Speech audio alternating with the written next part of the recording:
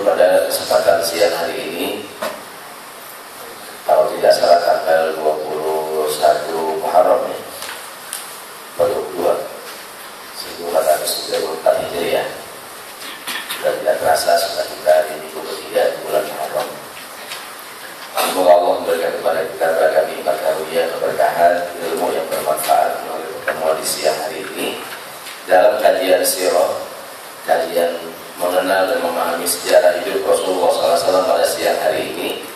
Kita sampai di tahapan atau di episode dakwah Syria.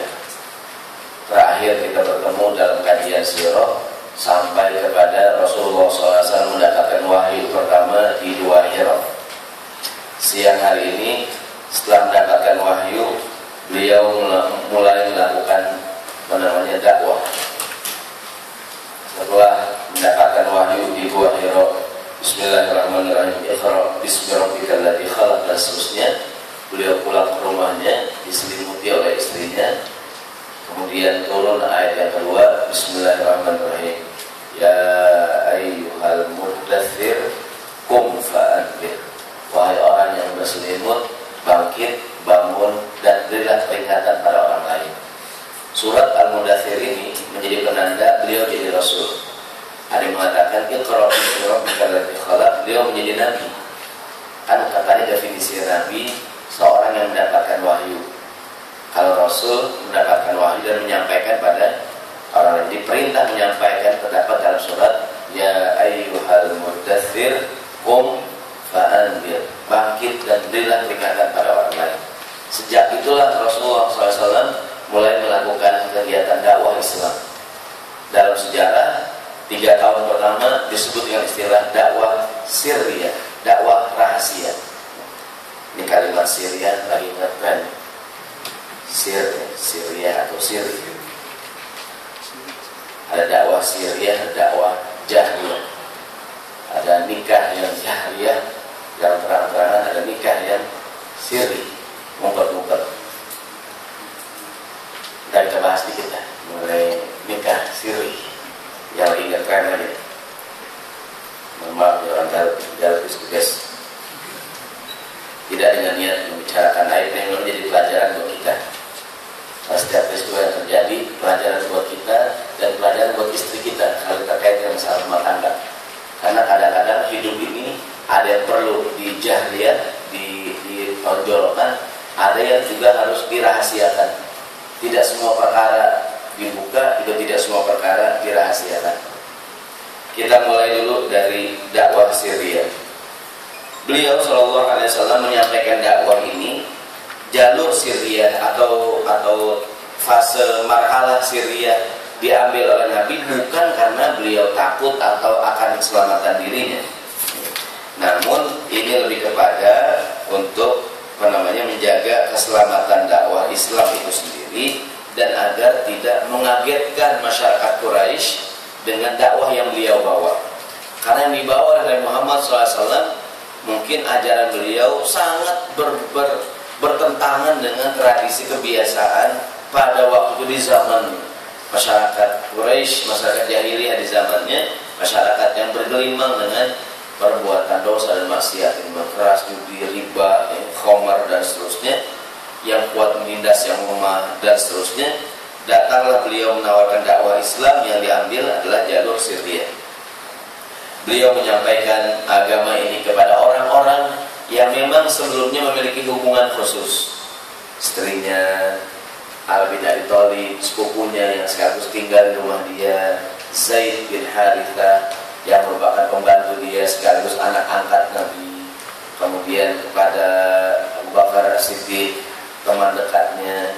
Nanti Abu Bakar menyampaikan lagi kepada sahabat-sahabat dekatnya, Abdurrahman bin Auf, Zubair bin Awam, termasuk Uthman bin Affan. Mereka orang-orang yang Islami di tangan Abu Bakar. Jadi yang mengislamkan Abdurrahman, Zubair, Utsman bukan Nabi, tapi Abu Bakar Siddiq radhiyallahu anhu. Jadi yang dakwah ini dakwah door to door namanya. Jadi orang ke orang, rumah ke rumah. Yang ditawarkan pun memang sekali lagi orang yang beliau yakin pasti terima, yang memiliki hubungan dekat dengan beliau sallallahu alaihi wasallam. Mereka rangkaian Islam di tahapan ini sesuai dengan yang di fotokopian kita, ini saya ambil dari buku Fiqh Sirah Syekh Ramadan Al-Buti. Khadijah, istrinya Ali bin Abi Thalib, Zaid bin Harisah, Abu Bakar Siddiq, Utsman bin Affan, Zubair, Abdurrahman, Sa'ad bin Abi Waqqas, dan beberapa yang lain bertemu secara rahasia dengan Nabi SAW. Bahkan mereka melakukan praktek ibadah sembunyi-sembunyi, termasuk melaksanakan ibadah sholat. Jadi ibadah sholat itu dilakukan oleh Nabi sejak beliau pertama kali jadi Nabi. 2 rakaat pagi, 2 rakaat sore. Begitu pada tahun ke-7 ada peristiwa Isra dan Mi'raj, perintah sholat yang 5 waktu, baru sholat yang 5 waktu. Jadi semua ibadah itu diwajibkan di Madinah kecuali sholat. Sholat itu di Mekah sudah diwajibkan. Karena orang bilang 13 tahun di Madinah kan fase penanaman akidah kan. Perintah larangan nggak ada di Mekah tuh. Semua perintah larangan di Madinah kecuali apa? Sholat. Sholat sudah dilakukan Nabi, didapatkan perintahnya ketika beliau masih di Mekah. Kita ingat ketika istrinya meninggal, Khadijah, pamannya meninggal, kan beliau diberikan mukjizat peristiwa Isra dan Mi'raj. Di antara yang beliau dapatkan adalah perintah sholat yang, jadi Isra Mi'raj itu perintah sholat yang 5 waktu. Namun sholat itu sendiri sudah Nabi kerjakan sejak awal. Para ulama berkata ini menunjukkan pentingnya ibadah sholat. Jadi istilahnya sebrengsek-brengseknya orang masih sembahyang nabi. Mungkin dia nipu, dia begini, itu dia sembahyang masih alhamdulillah. Kalau sembahyang udah gak dikerjain, udah habis kan? Udah habis. Istilahnya agamanya udah gak ada nyangkut kan? Tanpa selai benang pun istilahnya.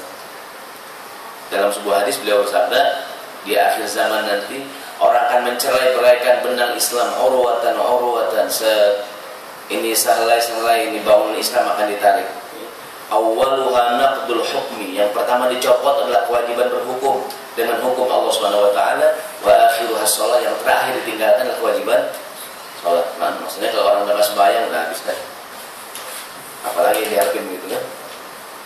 Sampai Nabi berkata, bainana al-ahdul ladzi bainana wa bainahum as-shalah. Beda kita dan mereka adalah salat. Nabi sampai berkata, man taraka as-salata faqad kafara, yang enggak sembahyang kena Nabi dia telah kafir. Jadi sholat ini standar. Jadi semua ibadah, puasa tahun kedua Hijriah, ini semua di Madinah tuh kecuali ibadah sholat. Ngumpet. Termasuk nanti Abu Thalib sering melihat anaknya Ali sholat dengan Nabi. Bahkan Abu Thalib berkata kepada Ali, ikutin ajaran Muhammad. Riwayat mengatakan Abu Thalib nyuruh anaknya Ali bin Abi Thalib, ya Ali mengikuti ajaran Nabi meskipun dia tidak ikut. Kemudian setelah sahabat berjumlah kira-kira 30 orang, Rasulullah menjadikan rumah salah seorang sahabat yang bernama Al-Arqam bin Abil Arqam sebagai tempat belajar dan berkumpul. Jadi sahabat Arqam ini, saya pernah dengar sebuah ceramah, rumahnya antara Ka'bah dengan Darun Nadwa. Jadi orang musyrik di Mekah itu, orang Quraisy punya tempat berkumpul, namanya Darun Nadwa. Kira-kira Darun Nadwa di sini dia ada Ka'bah. Rumahnya Arqam antara Darun Nadwa dengan Ka'bah. Jadi strateginya bersembunyi di tempat yang ramai. Karena kalau ngumpet di tempat yang sepi ketahuan. Jadi ada ceramah itu Rasulullah dan para sahabat kumpul di rumah sahabat Arqam bin Abil Arqam, karena Arqam ayahnya terkenal. Jadi ada riwayat ya, setelah mengatakan Rasulullah belajar di dalam, Arqam depan rumahnya. Ya, dia jagain orang lewat gitu kan. Padahal di dalam Rasulullah sedang belajar bersama sahabat radhiyallahu anhu. Kemudian dakwah Syriah ini berlangsung kira-kira sampai 3 tahun. Jumlah kaum muslimin 3 orang. Kebanyakan mereka berasal dari kalangan menengah ke bawah. Sekitar 40 orang. Namun juga perlu dicatat, di masa dakwah Syriah ini, dakwah rahasia, meskipun jumlah sahabat baru 40 orang, namun mereka berasal dari wilayah yang berbeda-beda. Sudah ada Salman Al-Farisi dari Persia, sudah ada Suhaib Ar-Rumi dari Romawi, sudah ada Bilal Ibn Rabah dari Habasyah, dari Ethiopia, orang Afrika, dan orang Arab sendiri kan, orang Asia. Jadi sejak awal mula dakwah ini dakwah, ini Islam sudah memiliki sifat alamiah, universal. Jadi kalau orang bilang ini agama orang Arab, dari awal Islam yang masuk Islam bukan cuma orang Arab. Bahkan yang menolak dakwah Islam siapa? Orang Arab. Jadi yang menolak dakwah Islam orang Arab. Jadi kalau orang bilang ini Islami Arab, kebetulan turunnya di Arab. Ini apa namanya Islam, sehingga orang mengatakan Islam identik dengan Arab. Tapi Arab juga tidak identik dengan Islam. Jadi nggak mesti Islam itu Arab, nggak mesti Arab itu Islam. Sebagian orang ngasih nama anaknya supaya Islamnya pakai bahasa Arab. Walaupun artinya nggak benar juga namanya. Katanya buka Quran, kalimat pertama itu nama anaknya. Iya kalau pas Jahannam khalidina fiha, ya, nama anaknya Jahannam. Di Quran ada nama anaknya. Cuman kalimatnya nggak bagus gitu kan. Jadi nama anak nggak mesti bahasa Arab. Boleh bahasa Indonesia, ini artinya baik. Namanya siapa nih? Namanya Ayu. Bahasa Arabnya Jamilah. Bahasa Sundanya Eis, gelis. Jadi bahasa Indonesia cantik gitu kan. Jamil ya, bahasa Indonesianya Cecep, Asep. Jadi nggak mesti, karena di kita identik kalau Islam tuh harus Arab ya, nggak mesti. Ya, kebetulan turunnya ya.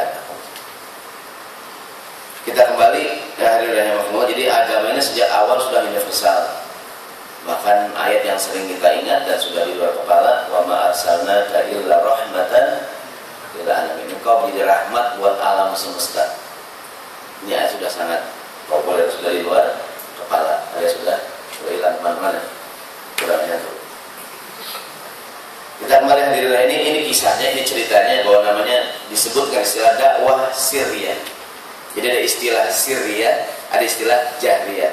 Sholat zuhur, sholat asar, namanya sholat Syria. Sholat maghrib, sholat isya, sholat subuh, dan sholat Jahriyah. Meskipun kita sholat isya sendirian, sunnahnya Jahriyah. Kita sholat isya sendirian nih, sunnahnya pakai suara. Bismillahirrahmanirrahim, alhamdulillahirabbil alamin. Meskipun kita sendirian, ya kan sendirian tak? Iya, sebagai isya itu Jahriyah. Di rumah kan, kalau isya mungkin kita di rumah isya sendirian. Waladhdallin, kita amin. Waladhdallin, amin. Bisa tergabung ya. Di rumah gampang nanti kan. Jadi zuhur itu sunnahnya Syria. Boleh nggak zuhur Jahriyah? Mungkin orang lupa. Ada nggak imam lupa? Imam baca Bismillahirrahmanirrahim. Kita bilangin Subhanallah. Imam lupa. Ya kan? Imam baca Fatihah siang-siang main johor. Sah nggak tuh? Sah. Cuman tuh imam mukhalaf atau sunnah, bertentangan dengan sunnah Nabi. Kita sembahyang subuh sendirian, sunnahnya Jahriyah kan subuh. Meskipun sendirian, kebanyakan kita sholat sendirian, nggak ada suaranya kan? Bagusnya pakai suara. Memang sholat Jahriyah. Rakaat 1-2 kalau isya, 1-2-nya Jahriyah, 3-4-nya Syria. Kita kembali. Mungkin ada kepentingan kita sholat zuhur di rumah, ada tamu, assalamualaikum, gitu kan? Kita lagi sembahyang nih kan, Allahu Akbar, assalamualaikum, Bismillahirrahmanirrahim, assalamualaikum, yang tamunya budak dulu kan, assalamualaikum, gitu. Kalau ada keperluan, artinya yang kita lakukan tidak salah, tapi mukhalafatus sunnah, hanya bertentangan dengan sunnah. Sunnahnya kalau zuhur itu Syria. Jadi dakwah ada yang Jahriyah, ada yang Syria. Ada yang terang-terangan, ada yang terbuka. Aslinya dakwah adalah Jahriyah. Aslinya dakwah adalah terang-terangan. Cuman kenapa Nabi mengambil Syria? Karena kepentingan, karena strategi. Jadi aslinya orang belajar itu terbuka. Aslinya dakwah itu terbuka, jangan ngumpet-ngumpet. Cuman karena kondisi, ada nggak orang dakwah ngumpet-ngumpet? Ada. Ini pelajaran dari hadis dari cerita yang kita baca tadi. Pelajarannya adalah Muhammad SAW. Pelajaran pertama, melakukan dakwah secara rahasia bukan karena takut akan keselamatan dirinya, tapi lebih karena menjaga keselamatan dakwah Islam. Dakwah rahasia ini juga menjadi pelajaran bagi para dai dalam menyebarkan agama Islam di masyarakatnya. Jadi para dai boleh berijtihad, apakah ketika dia berdakwah Syria atau Jahriyah. Lihat dari kondisi. Mungkin di lingkungan masyarakat yang belum bisa menerima Islam, atau di lingkungan di negara yang mungkin dakwah Islam dimusuhi kan, maka dia mengambil inisiatif dakwahnya Syria, rahasia, dakwah underground gitu kan, ngumpet-ngumpet gitu ya, dakwah Syria, rahasia, ngajinya ngumpet-ngumpet, sendal diumpetin dalam ya kan, bukunya disampul gitu kan. Pokoknya bahkan boleh melakukan taqiyah. Di belakang ada saya tulis di belakang itu, merahasiakan dan menyembunyikan keimanan demi kemaslahatan. Mungkin dia tinggal di lingkungan masyarakat yang sekarang taqiyah ini banyak digunakan oleh mereka yang oleh pemerintah, oleh MUI dianggap, katakanlah di Indonesia Ahmadiyah dianggap besar. Orang Ahmadiyah kalau di sidang terbuka selalu mengambil dalil taqiyah. Dia bilang mulutnya sama dengan kita, tapi hatinya ayat mengenai taqiyah ini dia. Merahasiakan dan menyembunyikan keimanan demi kemaslahatan. Istilah agamanya namanya taqiyah. Allah berfirman, Bismillahirrahmanirrahim, "Man kafara billahi min ba'di imanihi illa man ukriha wa qalbuhu mutmainnun bil iman." Barang siapa yang kafir setelah Allah, kepada Allah sesudah dia beriman, dia kafir. Dia mendapatkan kemurkaan Allah, illa kecuali man ukriha, orang yang dipaksa kafir, wa qalbuhu mutmainnun bil iman, tapi hatinya tetap beriman. Ini ayat turun terkait dengan cerita seorang sahabat yang bernama Ammar bin Yasir. Di awal mula dakwah Islam disiksa, diintimidasi gitu kan, oleh tuannya, ibunya dibunuh, ayahnya dibunuh. Dia nggak sanggup kan? Dan dia mengucapkan kalimat kekufuran, dia menyatakan diri keluar dari agama Muhammad. Karena dia menyatakan diri kafir, ditinggal dia aman, hidup, dilepasin bebas. Begitu majikannya pergi, Nabi datang sama sahabat, melihat Ammar bin Yasir nangis. Kenapa engkau wahai Ammar? Ya Rasulullah, aku mengucapkan kalimat kekafiran. Nabi tanya, kaifa kana haluk? Kaifa halu qalbi? Bagaimana hati kamu? Hati saya sih mutmainnun bil iman. Hati saya tetap beriman. Turun ayat ini. Turun ayat mana itu? Man kafara billahi, orang yang kafir setelah beriman, dia mendapatkan dosa, illa kecuali seperti kasusnya Ammar bin Yasir. Hatinya illa man ukriha, orang yang dipaksa kafir, wa qalbuhu mutmainnun bil iman, tapi hati tetap beriman. Disebut dengan istilah taqiyah. Dalam kondisi kejepit kita boleh mengatakan kalau kita tidak muslim demi keselamatan. Mungkin di wilayah-wilayah konflik, ya, kamu muslim? Iya pak, mungkin konflik gitu kan, gitu kan. Ada, oh saya bukan Islam, saya non muslim, gitu kan, untuk selamat gitu ya. Nanya orang Islam gak taunya. Justru mesti juga ngecek juga gitu.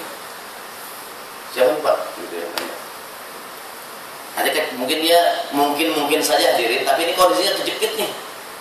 Ada sebagian orang pora-pora keluar dari Islam untuk pekerjaan, untuk ini, itu sih nggak termasuk kejepit ya. Ada nggak orang malu atau enggan menunjukkan keislamannya karena takut bermasalah di kantornya gitu? Karena kalau Islam banget jadi ada nggak gitu? Saya di kantor lain bukan kalau sini nggak ada masalah ya. Di luar negeri mungkin dia ada gitu tuh, atau bahkan yang mengaku tidak beriman, bukan Islam. Kalau kepepet namanya taqiyah. Ini yang sering kalau katanya banyak orang-orang yang katakan memiliki keyakinan yang beda dengan Islam yang kebanyakan, ketika di sidang melakukan taqiyah. Katanya Ahmadiyah atau Islam Jamaah atau kelompok Syiah. Setelah kalau ditanya bertaqiyah, artinya mulutnya kita Islam sama kalian semua, cuma begitu pulang ke gurunya, nah balik lagi taqiyah. Kita kembali yang depan. Jadi yang dilakukan oleh Nabi SAW itu berdasarkan kondisi pada waktu itu. Jadi maksudnya gini, sirriyah atau jahriyah bukan marhalah gitu, bukan mesti kita berdakwah nih pak 3 tahun pertama sirriyah dulu, abis itu jahriyah, bukan. Jadi sirriyah atau jahriyah itu kondisional, bisa jadi awalnya jahriyah kemudian sirriyah. Jadi berdamai atau berperang kalau dalam konflik ya, itu bukan periode masa gitu, itu pilihan. Bukan pertama kita berjuang pakai senjata dulu, habis bulan baru kita damai, bukan. Jadi para pemimpin boleh berijtihad apakah mengambil siasat berdamai atau berperang dalam sebuah konflik, itu tergantung pemimpin gitu, tergantung pimpinan. Jadi berdamai atau berperang merupakan sebuah strategi. Sama sirriyah atau jahriyah merupakan bukan periode masa, sebagaimana Makkiyah dengan Madaniyah bukan periode masa yang harus kita. Ada orang teman kita Islam nggak sembahyang sekarang. Oh nggak sembahyang pak? Saya masih periode Makkah Ustaz. Saya Islam nih 10-13 tahun dulu, baru saya habis itu sembahyang habis 13 tahun. Mana pak? Kata guru saya masih periode Makkiyah. Ya, kita kalau udah 13 tahun saya ngaji baru saya sembahyang. Siapa yang ngajarin juga ada yang begitu. Ada juga kadang-kadang zaman sekarang. Islam model-model sekarang. Orang lebaran aja beda-beda, ada Senin, Selasa, Rabu gitu kan. Lebaran banyak sekarang. Kita kembali. Jadi berdamai atau berperang Syria atau Jahriyah gitu. Makiyah atau Madaniyah itu bukan periode yang harus kita lalui gitu. Nabi ketika memilih Syria karena alasan kondisi gitu kan. Nanti ketika waktu Jahriyah beliau Jahriyah. Kemudian hadirin rahmati Allah Subhanahu wa taala, yang kedua, sejarah mencatat bahwa mereka yang Islam di awal fase ini kebanyakan adalah orang-orang yang lemah. Saya baca dalam buku Fikih Sirah, kenapa demikian? Jawabannya adalah inilah sifat alamiah dakwah gitu. Maksudnya sifat alaminya dakwah memang demikian. Bukan Nabi Muhammad, nabi-nabi terdahulu juga pengikut awalnya adalah pengikut orang-orang menengah ke bawah. Orang bilang begini kan, dakwah itu kan berubah. Dakwah itu kan berubah, dakwah itu perubahan. Yang susah berubah biasanya orang yang mapan. Betul kan? Orang kalau udah mapan, udah PW, udah susah berubah. Nyender, pas angin gitu ya, Pak geser Pak, enak begini, bersih namanya. Jadi orang umumnya yang susah berubah itu kalangan elit ya, menengah ke atas. Karena secara ekonomi orang bilang katanya kenapa tahun 98 reformasi di Indonesia sukses, orang lapar banyak. Kenapa di Malaysia di tahun yang sama, Malaysia 99 ada reformasi gagal, tapi di Malaysia kebanyakan waktu itu orang sudah makmur, orang malas berubah. Udah gitu menang lagi 2-0 kan, jadi gitu ya. Kalau orang mapan tuh nggak berubah ya, nggak ada hubungan sama PSSI.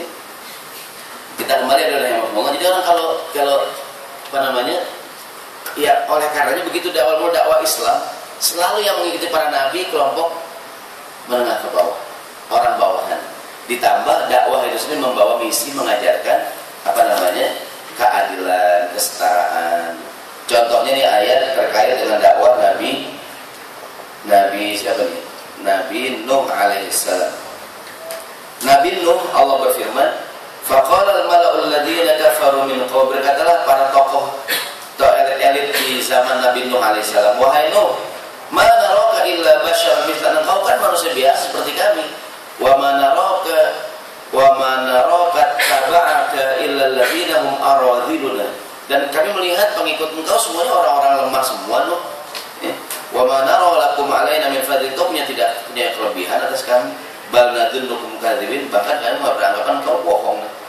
Intinya pengikut Nabi Nuh juga orang menengah ke bawah. Kaumnya Nabi Musa, Allah berfirman, wa awrathnal qaumal ladzina kanu yustad'afuna masyariqal ardi wa magharibaha allati barakna fiha, dan kami warisi bumi ini buat kaum yang ditindas di muka bumi. Bani Israel di Mesir ditindas. Mereka lah pengikut Nabi Musa alaihissalam, orang-orang yang mustad'afin, orang-orang yang lemah. Berikutnya umatnya Nabi Soleh, kaum Samud. Umumnya mereka menolak. Yang mengikuti Nabi Soleh sekali lagi orang-orang yang lemah. Qalal mala'ul ladzina istakbaru min qaumihi lil ladzina istud'ifu, berkata orang yang menengah ke atas, orang elit kepada orang dengan sombong kepada orang-orang yang lemah, liman amana minhum, yang beriman kepada Soleh. Kata mereka, ata'lamuna anna solihan mursalun min rabbikum, kamu tahu kalau Soleh itu utusan Tuhan? Kalau jawab nih pengikutnya Soleh, inna bima ursila bihi mu'min, kami beriman kepada Nabi Soleh. Qala alladziina istakbaru, yang sombong berkata, yang orang elit, inna billadzi amantum bihi kafirun, kami sih enggak beriman dengan apa yang kalian imani. Intinya semua nabi cuma pengikutnya orang menengah ke bawah. Jadi inilah, karena mungkin pelajaran juga buat kita. Orang bilang yang paling apa ya, bahwa perubahan bisa jadi perubahan tuh ya di kalangan itulah gitu, perubahan. Nanti kalau dakwah Islam diikuti oleh mereka yang dari menengah ke bawah waktu itu, itulah sifat alami dakwah Islam. Artinya memang ini agama membawa ajaran persamaan, keadilan dan seterusnya. Islam adalah agama yang menolak penindasan orang kuat atas yang lemah. Hal ini tentu menarik perhatian orang-orang yang lemah dan mendapatkan penolakan dari mereka yang kuat dan berlaku zalim. Hadirin rahimakumullah, ini sekilas mengenai dakwah jahriyah dan pelajaran yang kita ambil. Sekarang kita masuk mengenai bahwa sifat dakwah Syria, bahwa sifat Syria ini tadi kan Nabi Muhammad mengajarkan Syria akhlak sirriyah kepada para sahabat di awal mula dakwah Islam, dan nanti ini menjadi akhlak seorang muslim. Di antara akhlak seorang muslim, kalau kita buka buku Riyadhus Shalihin, ada bab judulnya Hifzus Sir, bab menjaga rahasia. Di antara kualifikasi seorang muslim, kelebihan seorang, dia harus memiliki sifat pandai menjaga rahasia. Kalau ini rahasia, ya udah rahasia. Yang bilang-bilang ya rahasia nih. Tidak ada tahu semua begitu kan? Rahasia bilang-bilang. Ada orang jualan buku rahasia sukses, yang dijual berahasia lagi, ini. Ya. Yang rahasia, ya, rahasia. Nah, ada beberapa hal yang terkait dengan masalah kerahasiaan dan menjaga rahasia. Saya ulangi, Rasulullah contohnya peperangan. Semua peperangan umumnya dirahasiakan oleh Nabi SAW. Semua peperangan, kecuali perang Tabuk. Perang Tabuk Nabi buka terang-terangan. Karena perang Tabuk itu paling jauh, udaranya panas banget. Pokoknya Nabi jelasin bahwa ini jauh banget, segala macam. Supaya Nabi yang berangkat memang orang-orang yang siap gitu. Tapi kalau contohnya Fathul Makkah, semua Nabi rahasiakan. Sering saya sampaikan banyak tujuan. Di antaranya menggagalkan musuh. Di antara tujuannya meminimalisir korban, gitu kan? Dan tujuan di antaranya agar kaum muslimin, ya orang kalau udah tahu kan gitu bisa jadi maju mundur kan, punya Nabi berangkat aja, kecuali perang Tabuk. Kemudian ada beberapa hal terkait dengan masalah sirriyah. Ini kita hubungkan dengan bab ini karena kadang-kadang ini orang yang suka bertanya-tanya, Ustaz, sedekah itu bagusnya sirriyah atau jahriyah? Ya, sedekah itu orang berinfak bagusnya sirriyah atau jahriyah? Allah berfirman, Bismillahirrahmanirrahim. In tubdu shadaqat fa ni'ma hiya. Kalau sedekah kamu tampakkan, fa ni'ma hiya, itu bagus. Bagus enggak di zaman sekarang? Dulu kan orang kalau sedekah infak hamba Allah. Ada enggak hamba Allah? Jarang terus hamba Allah ya. Dulu kan 100.000 hamba Allah, ini hamba Allah. Sekarang untuk transparansi jarang ada hamba Allah. Ya, tulis namanya. Enggak Pak, tulisnya hamba Allah. Ada kekhawatiran takut ada kecurangan kan? Tulis. Kalau dulu kan kalau 100.000 tulis nama, 5.000 hamba Allah gitu ya. Sekarang berapapun nyumbangnya jangan hamba Allah, tulis. Apa tujuannya? Agar transparan, bisa diaudit. Dulu kan orang nyumbang biasanya, enggak Ustaz, saya enggak pengen disebut nama saya. Gitu ya. Namanya enggak ada, cuma ada alamat emailnya BBM lengkap gitu. Sama aja. Ini maksudnya sedekah ditampakkan boleh nggak? Bahkan bisa jadi bagus. Kenapa bagus? Tadi itu buat transparansi. Atau contoh buat yang lain. Hadirin, ini masjid kita insya Allah perlu dana buat bikin perpustakaan. Ya, sekitar dananya 20 juta. Saya duluan nih 10.000 duluan. Nah orang dekat ya 10.000 gitu ya. Nah orang malas ya. Saya bilang nih, saya nih 5 juta gitu kan. Orang juga gitu kan. Ustaz Saroni riak banget ya. Saya bukan riak. Saya Saroni, saya bukan riak. Oke. Ditampakkan apa tujuannya tuh? Untuk memotivasi, boleh nggak? Boleh. Jadi kata Allah, kalau kamu tampakkan fani'im mahiyya, boleh nggak? Boleh. Kayak orang proposal 17 Agustus, paling atas kan gede tuh. Orang juga tahu kalau itu bohong kan? Ini Pak RT 1 juta, kan? Bohong anjing banget nih Pak. Gitu kan? Di bawah 1 juta, 5.000, 10.000. Tapi dia tahu ya, Pak RT bohong, benar, RT 1 juta, kan 5.000 dah. Kan gitu kalau panitia kan gitu, kalau pengalaman kan, yang paling atas gedean kan, supaya yang bawah gak enak sedikit ya. Tapi orang juga udah belajar kan. Karena yang diminta sumbangan juga mantan panitia semua gitu kan. Tahu dia. Artinya boleh nggak ditampakkan? Boleh, bahkan bagus. Allah bilang fani'im ya bagus.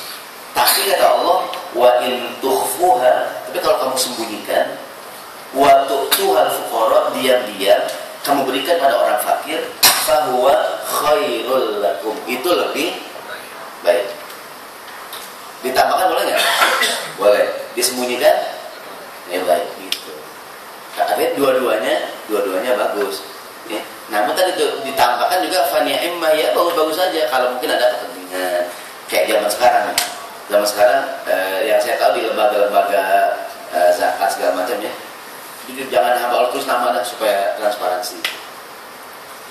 Kan juga zaman sekarang ya, namanya banyak, ada nggak mungkin nggak dia curang tuh, demi hamba Allah kan, biaya 50 tulis 5.000, nol yang namanya nggak ada namanya kan. Zaman sekarang kotak amal aja hilang sekarang, kotak amal digembok hilang zaman sekarang, istrinya hilang zaman sekarang, istri suami kerja kalau istrinya hilang di orang zaman sekarang ya. Nah jadi tulis namanya. Jadi mengenai sedekah itu dibuka boleh, diumpetin juga boleh. Jadi kadang kita ragu-ragu nih, ya kan? Jadi pokoknya boleh tulis. Nah, yang tahu kita sombong nggak sombong hati kita sendiri. Pentingnya saya nyumbang. Siapa nanya Pak?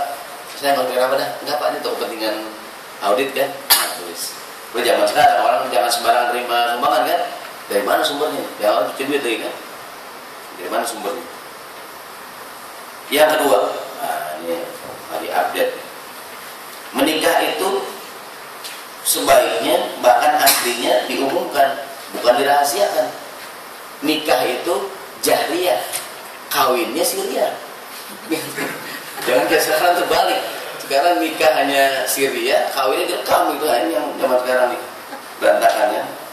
Jadi nikah itu dijaharkan, nikah itu dibuka gitu.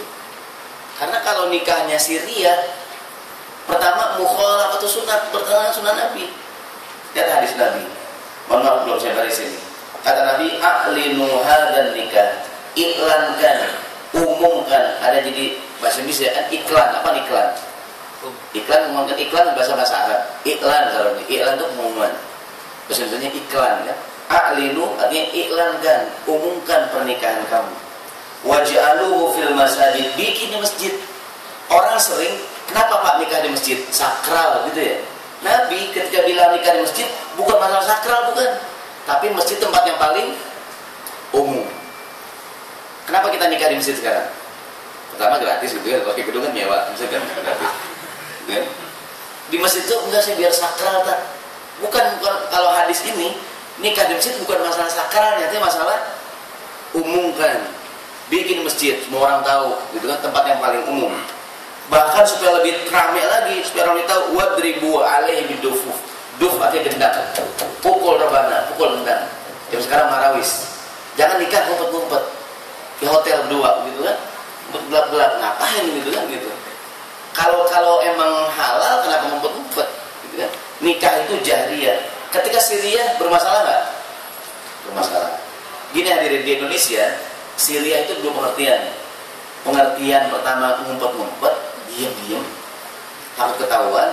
Pengertian yang kedua, nikah siriyah nggak lapor KUA.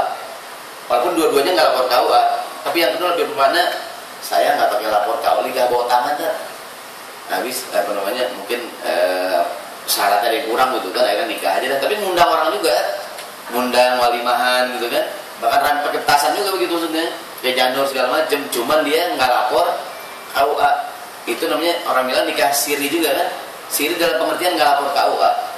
Yang jadi pro kontra adalah nikahnya diam-diam. Cuman ada mungkin ketua MUI doang, atau mungkin temannya gitu kan, bertiga, berempat, akhirnya jadi masalah.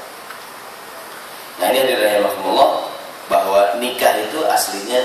Jadi begini, kadang-kadang mohon maaf, seperti pemberitaan sekarang ya, kan mohon maaf, mungkin orang yang tidak mengerti agama, atau mungkin mereka yang bukan Islam nikah ngumpet-ngumpet kan, karena ketika ditanya wartawan selalu dalilnya agama gitu, dalilnya agama. Bahwa nikah itu bisa kita nikah itu aslinya dibuka terang-terangan. Jangan aslinya nikah siriyah. Kenapa orang nikah siriyah? Ustadz bukannya kalau mau kawin lagi nggak mesti izin sama si yang pertama, betul nggak? Betul. Tapi bilang diizinin apa enggak itu masalahnya gitu maksudnya. Tapi bilang nggak? Bilang. Maksudnya pengertian nggak mesti izin, diizinkan atau tidak oleh istri yang pertama, suami nikah lagi sah nggak? Sah. Maksudnya asli tidak mesti ada izin buat ada izinnya. Oke mas, aku izinkan. Aku sih kamu izinin, ya enggak, aku kawin aja. Gitu maunya. Jadi tapi pengertian nggak mesti itu dia harus bilang. Ada orang nikah nggak bilang sama yang pertama. Tadi gimana tuh? Sama yang pertama bohong nggak dia? Bohong ya?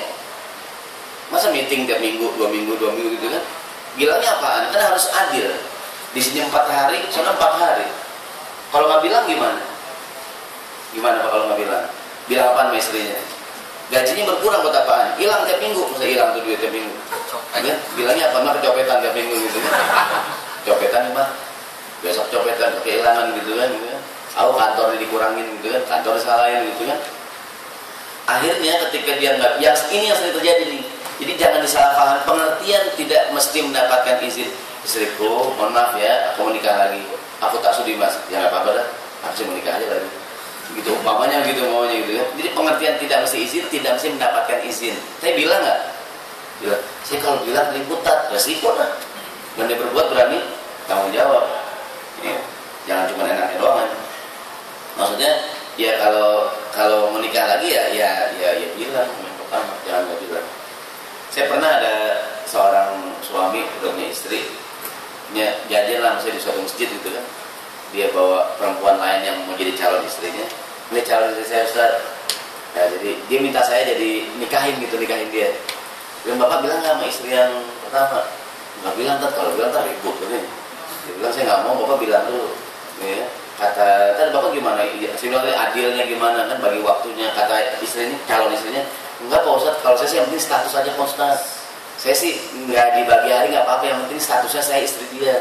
Artinya saya sih nggak apa-apa dia tidur di istri yang pertama, belum jadi. Coba kalau udah jadi, kan orang berubah pikiran gitu kan. Saya sih bosan nggak dinafkahin nggak apa-apa, yang penting status saya jelas bahwa saya istrinya dia. Saya bilang ibu ngomong begini karena belum jadi. Orang kalau jadi kita lihat belum jadi ya. Dia bilang saya sih nggak apa-apa dah Ustaz, meskipun nggak bagi-bagi hari gitu kan, nggak mesti orang saya punya pekerjaan. Dia ngomong begitu kapan tuh? Belum jadi ya. Kalau jadi berubah nggak? Berubah. Kan orang kalau jadi belum kan gini, lain. Ya Ustaz, calon suami saya sempurna banget kan? Belum jadi. Kalau jadi lain. Kan kalau belum jadi gitu emang belum jadi. Coba dah kita belum jadi sama istri kita, rumah mertua, bawa martabak, bawa durian, bawa mangga, udah jadi boro-boro. Kata mertua, dulu suka bawa martabak deh, ini dulu lainnya. Dulu lain om. Kan dulu belum dapat om. Sekarang martabak mahal om. Kalau dia donat murah om. Donat mah dulu om. Mantu. Kan waktu belum jadi mobil ganti-ganti terus. Wah mobil anak calon mantu saya tuh mobil ganti-ganti, ya rental. Mobilnya bengkel kali mantunya kan, mobil orang dipakai. Artinya saya bilang waktu itu ibu ngomong begini karena belum jadi. Nanti kalau emang ibu mau dinikahin lagi, namanya dia sebaiknya sih resmi, bahwa ya jadi istri yang resmi kan. Artinya ya ada hak juga selama 2 hari, 3 hari, si nafkahnya sekian biar adil. Enggak saya sih penting status gitu kan. Dalam saya ya mau gitu doang. Kembali nih, jadi menikah itu aslinya adalah jahriyah, bukannya siriyah. Karena ini penting jadi pengetahuan umum, karena sebagian orang beranggapan ya udah nikah siri aja. Kalau nikah siri dalam pengertian sekedar nggak lapor KUA nggak ada masalah ya. Tapi kalau nikah siri dalam pengertian nggak bilang-bilang, ngumpet-ngumpet, ini yang jadi masalah. Kemudian yang terakhir, yang paling bawah, yang tadi yang nomor 3 ya, merahasiakan nikmat agar orang tidak hasad. Jadi nikmat itu asli kan gini. Allah bilang wa amma bi ni'mati rabbika fahadis. Terhadap nikmat yang kamu terima ceritain nggak?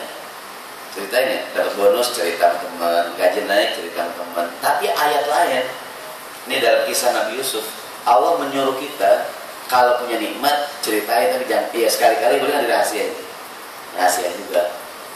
Ceritanya ketika Nabi Yusuf alaihissalam waktu masih kecil bermimpi ya. Bermimpi dia melihat bintang, bulan, matahari kan, sujud kepada dia kan cerita sama ayahnya.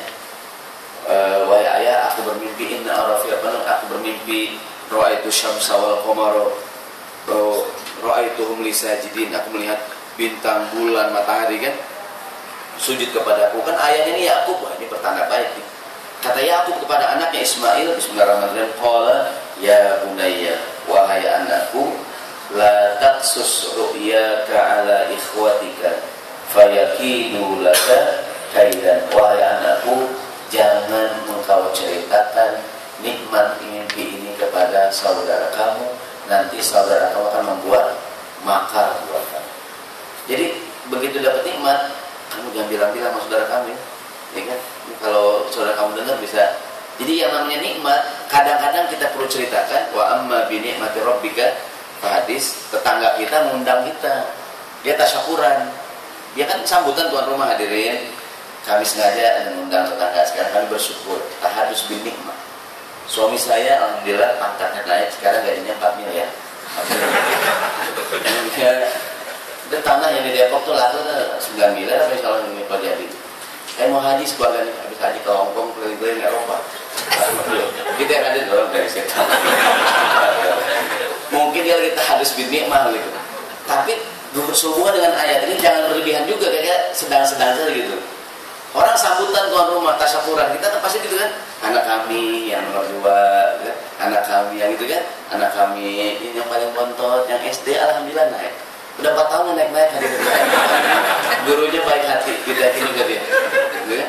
Kita bilang ya Allah nih orang apa aja diceritain ya. Satu sisi Allah bilang wa amma bi ni'mati rabbika, ceritain kan, dapatnya ceritain motivasi buat orang lain. Tapi sisi lain kata Nabi Yakub kepada anaknya Ismail, Yusuf, lah susu ya, jangan kamu ceritakan nikmat ini kepada saudara kamu. Fayakidu laka kaidan. Sama kita kalau nikmat juga kadang-kadang perlu, kadang-kadang lihat kondisional. Kalau nikmat kira-kira nggak bagi, cuma ceritakan jangan dah. Lo tau nggak, orang dapat bonus, kata kita cerita ruangan lo bagi dong, bingung gitu. Kalau kira mau bagi ceritain dah ya, lo dapat nih, nggak amplop tuh, bukan? Kamu bilang amplop, lu bilang amplop, ya udah saya bilang apa pak? Sekarang amplop, iya tapi hari ini nggak saya mau bilang amplop, saya nggak bilang gitu. Nanti kalau kan kadang-kadang kita girang nih, jadi menceritakan nikmat kadang-kadang boleh, kadang-kadang gitu ya. Lihat kalau ini antara jahriyah dengan sirriyah, gitu kan? Nah ini istilah jahriyah sirriyah berlaku dalam beragam apa namanya, azan itu jahriyah tujuannya manggil orang, ya kan?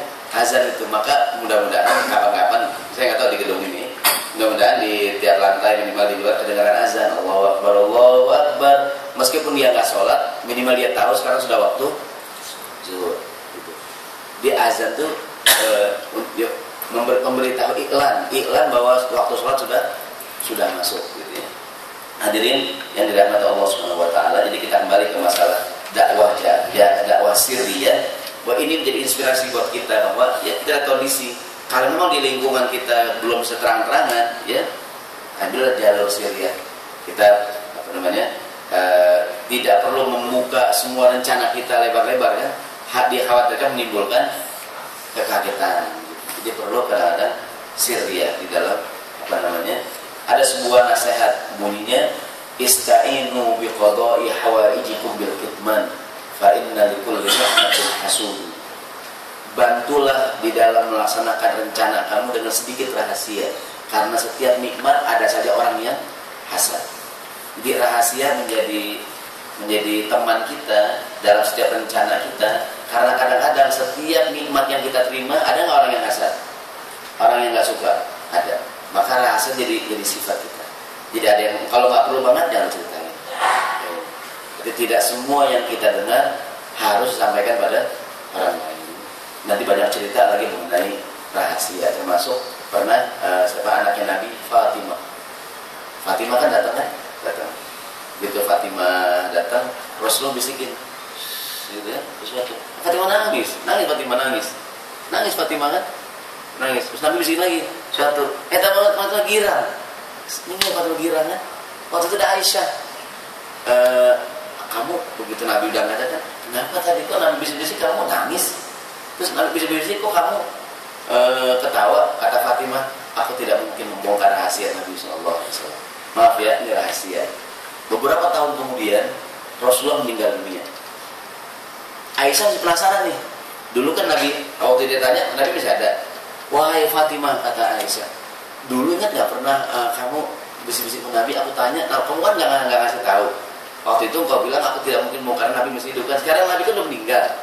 Nah Nabi bilang apaan? Nah sekarang kata Fatimah, aku buka rahasia. Karena Nabi udah nggak ada. Pertama Nabi bilang bisik-bisik pertama, Rasulullah menyampaikan bahwa tumben tahun ini Jibril datang 2 kali.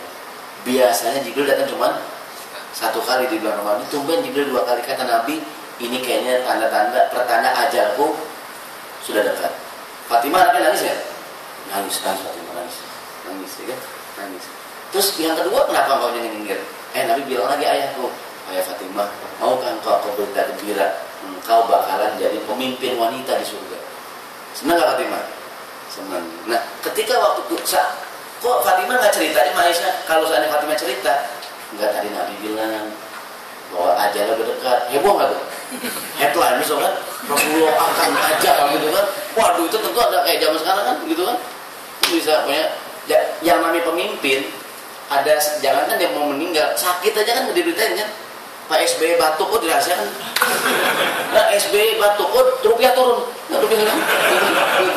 Ini presiden no koma tuh enggak, presiden baik-baik saja. Gitu, enggak diberitain karena pemimpin tuh nggak boleh ngomong sembarangan tuh. Gitu ya, jubir ya. Jadi kadang-kadang dia diberitakan sehat-sehat saja. Kalau diberitakan dia bermasalah, goncangan negara tuh. Wah, siapa yang bakalan jadi pengganti gitu kan? Apakah Mahfud MD, Dahlan Iskan gitu, segala gitu kan? Langsung. Apa Roma Irama gitu kan? Gitu kan? Banyak calon gitu kan? Ini penggemar soneta bergembira, alhamdulillah. Girang banget penggemar soneta ya. Alhamdulillah. Ada kreatif loh sekarang ya. Artinya itu rahasianya ketika Fatimah. Coba kalau Fatimah bilang sama Aisyah, Aisyah juga kan, wah ini Fatimah diam nih dia. Maaf, ini rahasia aku dengan ayahku Rasulullah SAW. Begitu Nabi meninggal baru Fatimah cerita. Ketika Fatimah cerita udah nggak goncang ya, karena Nabi udah meninggal. Ya kira mudah-mudahan juga ini sifat sirriyah jadi sifat kita nih. Jadi kalau emang rahasia ya rahasia gitu ya. Wallahu a'lam bishawab. Insyaallah kita akan bertemu lagi dengan fase dakwah jahriyah. Ya, di bulan yang akan datang insyaallah panjang umur sehat walafiat. Allah Subhanahu wa taala kami kepada kita dan keluarga kita, amin ya rabbal alamin. Sekian, mohon maaf kalau ada kata-kata yang kurang baik. Subhanallahumma wa bihamdika asyhadu an la ilaha illa anta astaghfiruka wa atubu ilaik. Assalamualaikum warahmatullahi wabarakatuh.